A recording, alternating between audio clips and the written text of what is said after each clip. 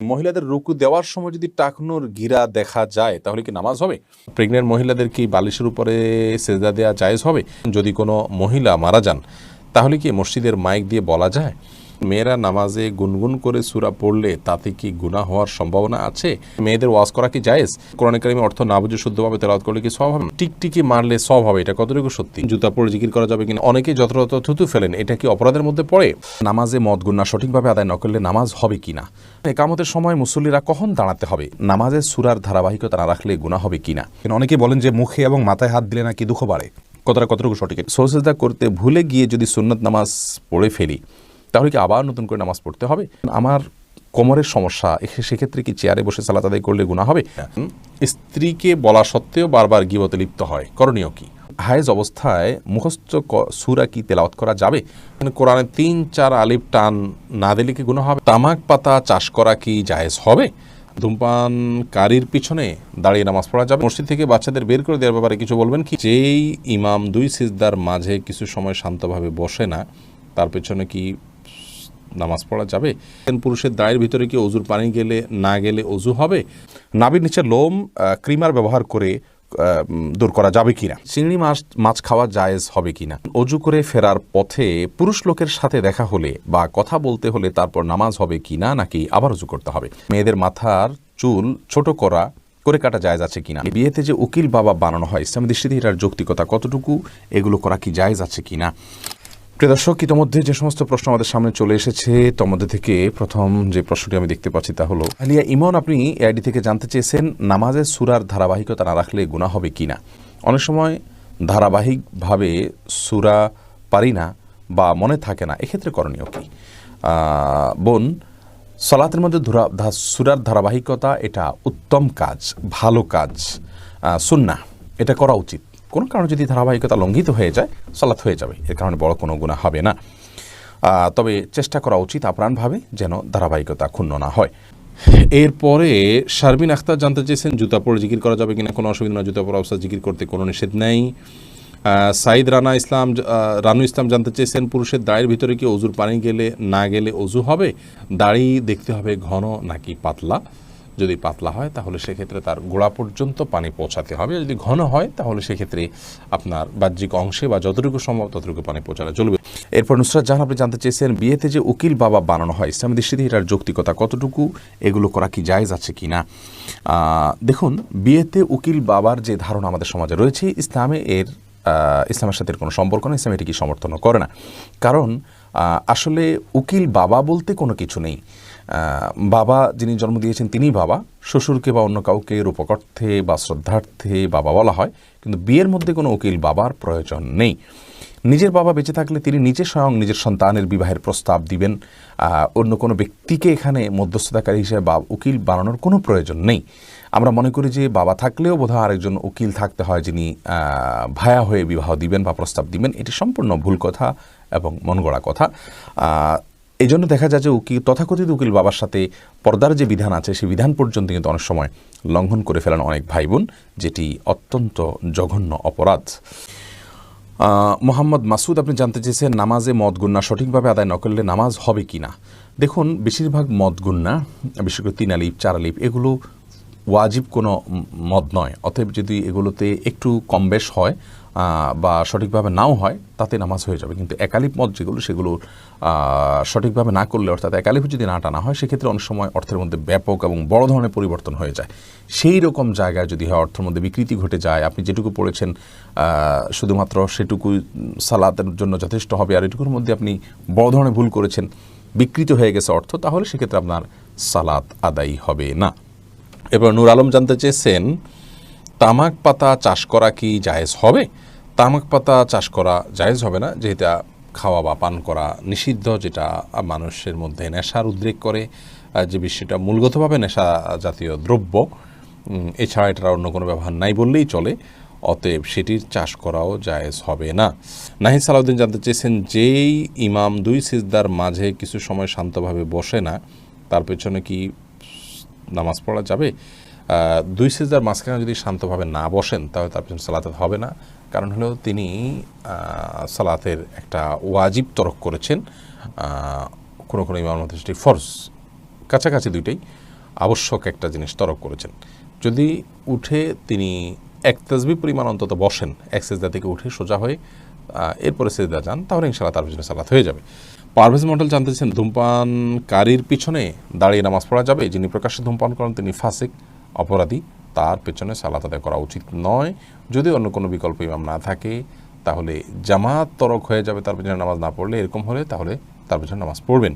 কিন্তু যারা ইমাম নিয়োগ দিবেন তাদের জন্য এরকম ব্যক্তিকে ইমাম নিয়োগ দেওয়া জায়েজ নাই। এরকম ইমাম পরিবর্তন করে সেখানে বাহ্যিকভাবে বা প্রকাশ্যে অপরাধ করেন এরকম ইমামকে নিয়োগ দিবেন না, বরং একজন ভালো মানুষকে নিয়োগ দেওয়ার চেষ্টা করবেন। যদিও গোপনে বা লোকচক্ষুর আড়ালে আমাদের সবারই কোনো না কোনো অপরাধ হয়, কিন্তু প্রকাশ্য অপরাধকারী ব্যক্তিকে ইমাম হিসাবে নিয়োগ দেওয়া যাবে না। এতে একজন ইমামের প্রতি মানুষের অশ্রদ্ধা আসে, যার কাছ থেকে দেখে শিখবে, যাকে অনুসরণ করবে। লোকটা যদি দেখতেই দৃশ্যতই তার প্রতি অভক্তি আসা মতো কোনো কাজ থাকে, তো সেটি ইমামের যে পদ সেটির সাথে যায় না। এরপরে আমিন আইডি থেকে আপনি জানতেছেন, পোস্ট অফিসে টাকা রেখে লভ্যাংশ নেওয়া যাবে কি না? না, পোস্ট অফিসে টাকা রেখে লভ্যাংশ নেওয়া যাবে না, কারণ এই লভ্যাংশটা স্পষ্ট সুদ। এমনি সাগর হোসেন জানতে চেয়েছেন, মসজিদ থেকে বাচ্চাদের বের করে দেওয়ার ব্যাপারে কিছু বলবেন কি? মসজিদ থেকে বাচ্চাদেরকে, বিশেষ করে যে সমস্ত বাচ্চারা 6-7 বছর, 8 বছর, 9 বছর বয়স হয়েছে, তারা দুষ্টামি করলেও তাদেরকে বের করে দেওয়া উচিত না। তাদের দুষ্টামিকে ধৈর্য ধারণ করা, সহ্য করাই হলো ইসলামের শিক্ষা। নবী করিম সাল্লাল্লাহু আলাইহি সাল্লামের সালাতে যাওয়ার পরে তার নাতি হাসান হোসেন রাদিয়াল্লাহু তাআলা আনহুমা তারা তার কাঁধে পিঠে উঠে চড়ে বসতেন, এবং অন্যান্য সাহাবীদের বাচ্চারাও মসজিদে তাদেরকে নিয়ে আসতেন, এবং বাচ্চারা দুষ্টামি করবে। এই বিষয়গুলোকে সহনশীলতার সাথে দেখা উচিত। তবে বাচ্চা যদি একেবারে ছোট হয়, যেমন 3-4 বছর বয়স, 5 বছর বয়স, যে সালাতের কিছুই বুঝে না, তাকে মসজিদে নিয়ে আসা উচিত নয়, কারণ তাতে তার তো কোনো উপকারিতা নাই, অন্যদের ক্ষতির দিক আছে। সে বিষয়টি মাথায় রাখা উচিত। তবে যদি কারোর এমন হয় যে বাচ্চা নিয়ে আসা ছাড়া কোনো উপায় নাই, তাহলে সেক্ষেত্রে যথাসাধ্য বাচ্চা যেন অন্যদের ডিস্টার্ব না করে সে বিষয়টি খেয়াল করা উচিত। মিরাজ মালিক আপনি জানতে চেয়েছেন, স্ত্রীকে বলা সত্ত্বেও বারবার গীবতে লিপ্ত হয়, করণীয় কি?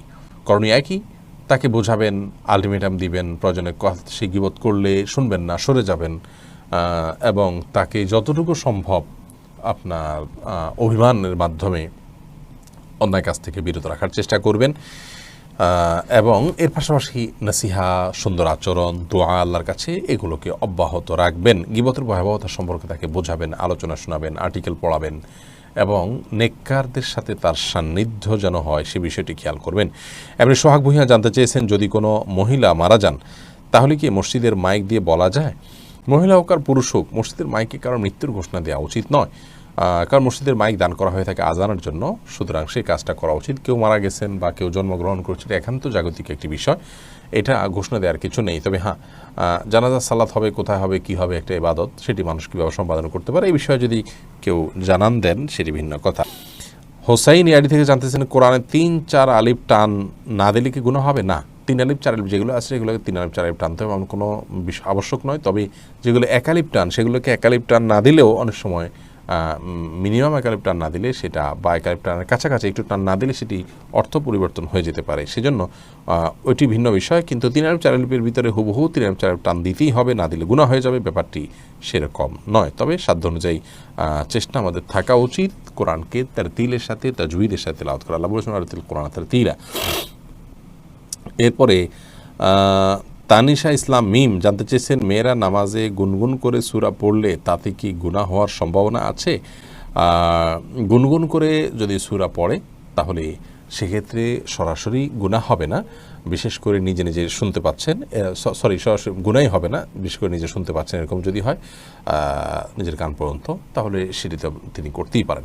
জান্নাতুল ফেরদাউস আপনি জানতে চেয়েছেন, মেয়েদের মাথার চুল ছোট করে কাটা জায়েজ আছে কিনা? মেয়েদের মাথার চুল ছোট করা যদি একেবারে অল্প স্বল্প ছোট করা হয় তাহলে তো সবার মতো জায়েজ, কোনো অসুবিধা নেই। আর যদি বেশ খানিকটা ছোট করা হয় তাহলে সেক্ষেত্রে একেবারে পুরুষের মতো যেন দেখা না যায় সে বিষয়টি খেয়াল করতে হবে, এবং কোনো ফাসেক বা কোনো খারাপ মহিলাদের সাথে তাদের স্টাইল যেন ধারণ করার উদ্দেশ্যে ছোট করা না হয় সে বিষয়টি খেয়াল করতে হবে। উম্মুল মুমিনিনদের কেউ কেউ মাথার চুল ছোট করেছেন, প্রয়োজনের প্রেক্ষিতে সেটি করা যেতে পারে। আরেফিন আহমেদ সাগর আপনি জানতে চাইছেন, চিংড়ি মাছ খাওয়া জায়েজ হবে কি না? জি, চিংড়ি মাছ খাওয়া জায়েজ আছে। এটাকে একসময় আলেমরা মাকরুহ বলতেন, এখন কেউই এটাকে আর মাকরুহ বলেন না, কারণ এটিও এক প্রকারের মাছ, যার কারণে এটি সম্পূর্ণ জায়েজ এবং হালাল। তানিয়া ইসলাম আপনি জানতে চেয়েছেন, অজু করে ফেরার পথে পুরুষ লোকের সাথে দেখা হলে বা কথা বলতে হলে তারপর নামাজ হবে কি না, নাকি আবার অজু করতে হবে? না বোন, কোনো পুরুষ লোকের সাথে অজু করার পর যদি দেখা হয় বা কথা হয়, তাতে আপনার অজু ভঙ্গ হবে না। অজু ভঙ্গ হওয়ার সাথে এর কোনো সম্পর্ক নেই। কেউ যদি অজু করার পর কোনো পুরুষের সাথে অন্যায়ভাবে দেখা দেন, হারামভাবে দেখা দেন, হারাম কথা বলেন, তাহলে ঠিক গুনার কারণ হবে, ভিন্ন কথা, কিন্তু এর ফলে অজু ভঙ্গ হবে না। অজু ভঙ্গ হওয়ার সাথে অজু ভঙ্গকারী বিষয়গুলোর সম্পর্ক, যেমন অপবিত্র কোনো কিছু শরীর থেকে বের হলো কিনা, ঘুমালেন কিনা, অজু ভঙ্গের কোনো কারণ পাওয়া গেল কিনা, এর সাথে হলো অজু ভঙ্গের সম্পর্ক। এরপরে কাজী রিয়াদ আপনি জানতে চেয়েছেন, বাচ্চারা অনেক সময় নিজের ছায়ার সাথে খেলা করে, এদিকে কোনো ক্ষতির সম্ভাবনা আছে? না, বাচ্চারা নিজের ছায়ার সাথে খেলা করলে এর জন্য বিশেষ কোনো ক্ষতির কথা আছে বলে আমার জানা নেই। ইসরাত আলিজা আপনি জানতে চেয়েছেন, শরীরে কোনো অংশে ব্যান্ডেজ লাগানো থাকলে ফরজ গোসল হবে কি না। যদি কোনো অংশে ব্যান্ডেজ লাগাতে হয়, ব্যান্ডেজ খোলাটা তার জন্য ক্ষতিকর হয়, অসুবিধার হয়, তাহলে সেক্ষেত্রে যে অংশে ব্যান্ডেজ লাগানো আছে ওই অংশ বাদে বাকি অংশে আপনি পানি ঢেলে যদি ধৌত করেন আর ব্যান্ডেজের উপরে শুধু ভিজা হাত দিয়ে মুছে নেন, তাহলে আপনার গোসল হয়ে যাবে। আর যদি ব্যান্ডেজটা এরকম জায়গায় হয়, কথার কথা পেটে বড় করে ব্যান্ডেজ আছে, তাহলে সেক্ষেত্রে আপনি উপরের অংশে কোনোভাবে পানি দিতে পারছেন না, দিলেই ব্যান্ডেজ ভিজে যাবে, তাহলে সেক্ষেত্রে আপনি অবশ্যই তায়াম্মুম করে সালাত আদায় করতে পারবেন। সোহেল রানা সুজন আপনি জানতে চেয়েছেন, বাতের ব্যথার জন্য এক জাতীয় পাথরের মতো দেখতে এক প্রকার বস্তু লাগানো ব্রেসলেট যা হাতে ব্যবহার করা হয়, আবার পায়ে কালো রাবারের মতো ব্যবহার করা হয়, এ সম্পর্কে হুকুম কি? ভাই সোহেল, এই জাতীয় ব্রেসলেটের কোনো বৈজ্ঞানিক কোনো ব্যাখ্যা আছে কি না যে এটি মানুষের শরীরে বাতের ব্যথাকে দূর করে? যদি থাকে তাহলে এটি ব্যবহার করা যেতে পারে, এবং যদি বৈজ্ঞানিক কোনো ব্যাখ্যা না থাকে, এর যৌক্তিক কোনো লজিক্যাল কোনো কারণ না থাকে, নিছক এটি একটা ধারণা মানুষের থাকে, তাহলে সেক্ষেত্রে এটি ব্যবহার করা জায়েজ হবে না। এমনি সোহাগ ইসলাম জানতে চেয়েছেন, 4 রাকাত সুন্নত নামাজে প্রত্যেক রাকাতে সূরা ফাতিহার পর কি সূরা মিলাতে হবে? সুন্নত নামাজ হলে প্রত্যেক রাকাতে মিলাবেন। মাহবুবা খানম লাকি আপনি জানতে চেয়েছেন, সহসেজদা করতে ভুলে গিয়ে যদি সুন্নত নামাজ পড়ে ফেলি, তাহলে কি আবার নতুন করে নামাজ পড়তে হবে? জি, আবার নতুন করে পড়তে হবে। সিজদা সহু যদি ওয়াজিব হয়, আপনার কোনো ওয়াজিব ছুটে থাকে, তাহলে সিজদা সহু দিতে হবে। সিজদা সহু যদি আপনি না দেন, তাহলে ওয়াজিব তরক করলেন, আর ওয়াজিব তরক করলে কিন্তু আপনার সালাতের ফরজ বা দায়িত্ব যেটা, সেই দায়িত্বটা যথাযথভাবে আদায় হলো না।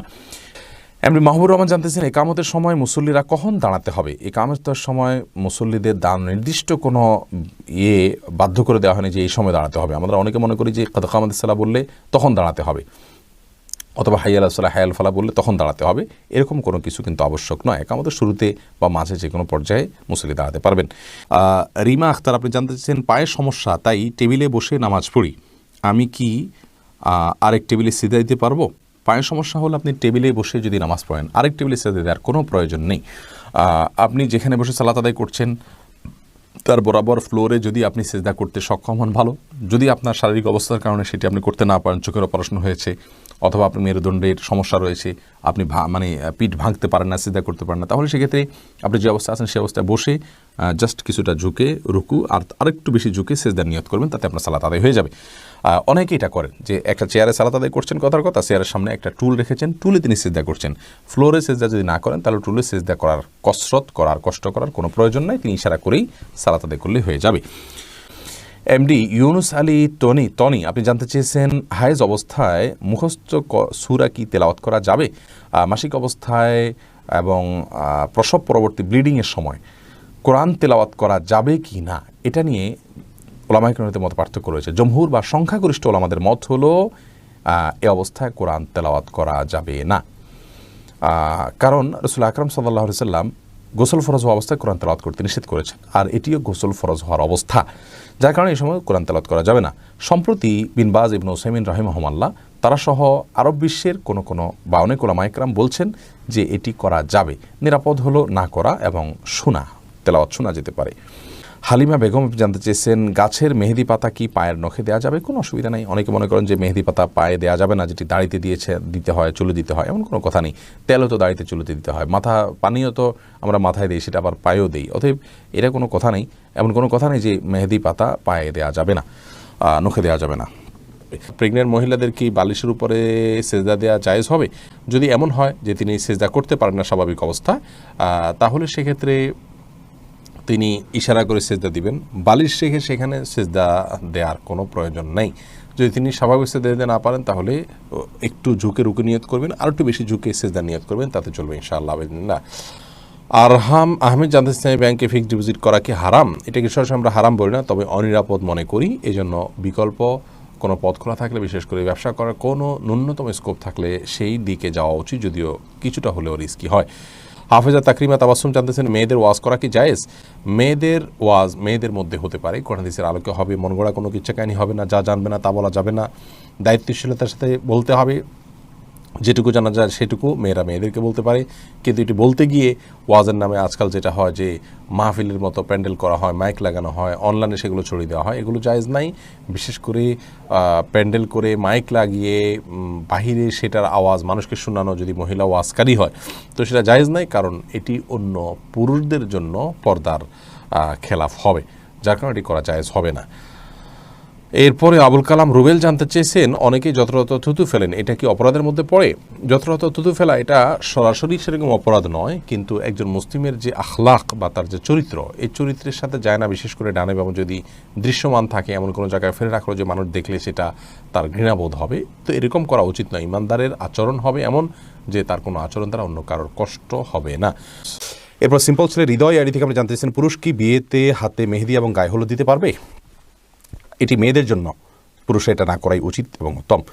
নাভির নিচে লোম ক্রিমার ব্যবহার করে দূর করা যাবে কি না? জি, যাবে, কোনো অসুবিধা নেই। ক্রিমার ইউজ করে নাভির নিচের লোম ইত্যাদি রিমুভ করা যাবে।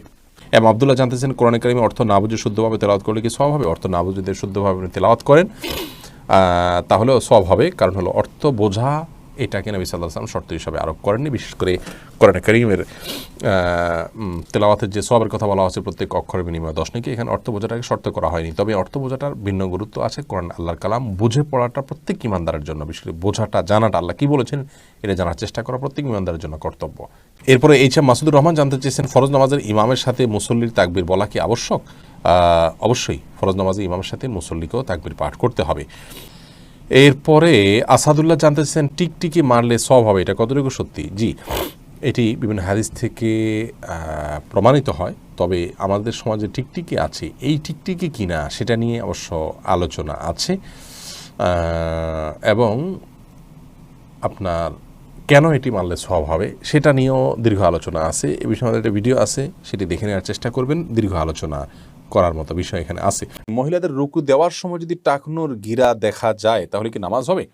পুরো রুকু জুড়ে যদি এরকম হয় তাহলে সেটা সালাতের জন্য ক্ষতিকারক হবে। আর যদি হঠাৎ সামান্য একটু অংশ হয়তো এক ঝলক একটু সরে গিয়েছিল, আবার তিনি ঠিক করে ফেলেছেন, তাতে অসুবিধা নেই। আলামিন সোহেল আপনি জানতে চেয়েছেন, শ্বশুর শাশুড়িকে মা বাবা বলা যাবে কি না?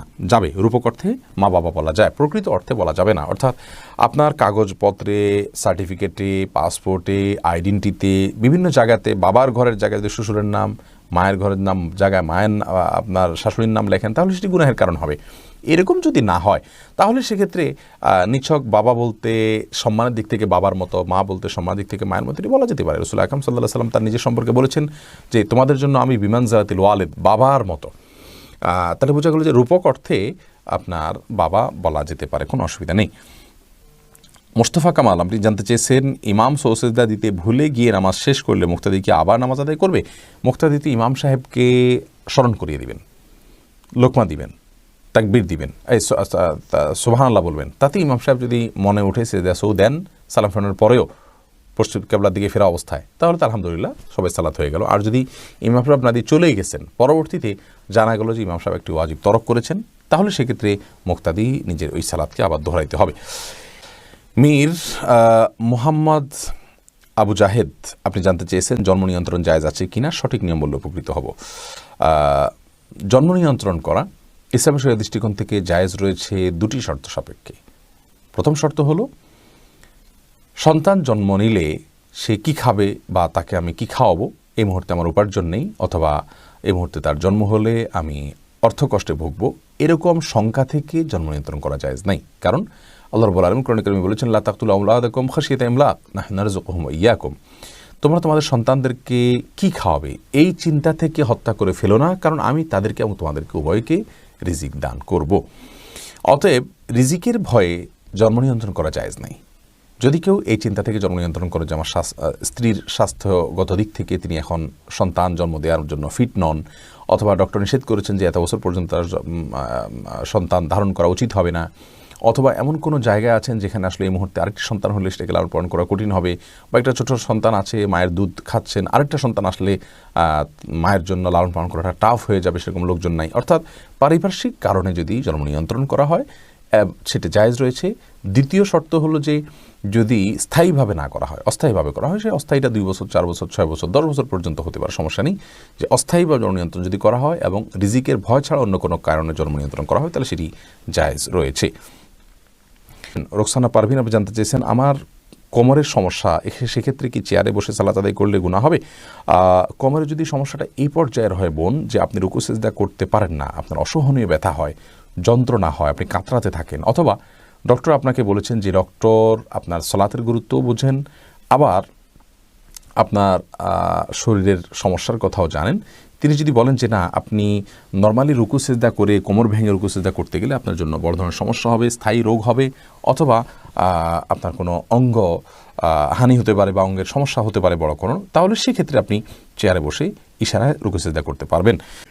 তাকদিস সিটিজি ইয়াডি থেকে আপনি প্রশ্ন করেছেন, অনেকেই বলেন যে মুখে এবং মাথায় হাত দিলে নাকি দুঃখ বাড়ে, কতটুকু সঠিক? এটা মন গড়া কথা এবং কুসংস্কার।